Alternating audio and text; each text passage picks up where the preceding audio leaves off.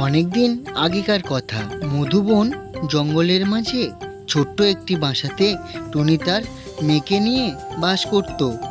একদিন যখন টুনি খাবার নিয়ে ঘরে ফিরছিল, হঠাৎই মাঝ রাস্তাতে তার মাথা ঘুরে যায় আর সে ওইখানেই পড়ে যায়।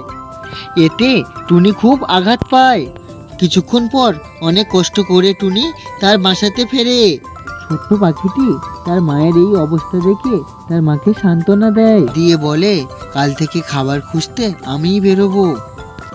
টুনি অসুস্থ থাকায় তার ছোট্ট মেয়েটি জঙ্গলে খাবার খুঁজতে বেরোয়। ছোট্ট পাখিটি জঙ্গলের এদিক ওদিক খাবার খুঁজছিল। তার সামনে আসে দুষ্টু পেতনি, আর দুষ্টু পেতনি ছোট্ট পাখিটিকে তার শক্তি দিয়ে আঘাত করে, আর ছোট্ট পাখিটি ওখানেই পড়ে যায়, আর পেতনি ওখান থেকে অদৃশ্য হয়ে যায়। আর টুনির ছোট্ট মেয়ে ওখানেই পড়ে কাঁদতে থাকে।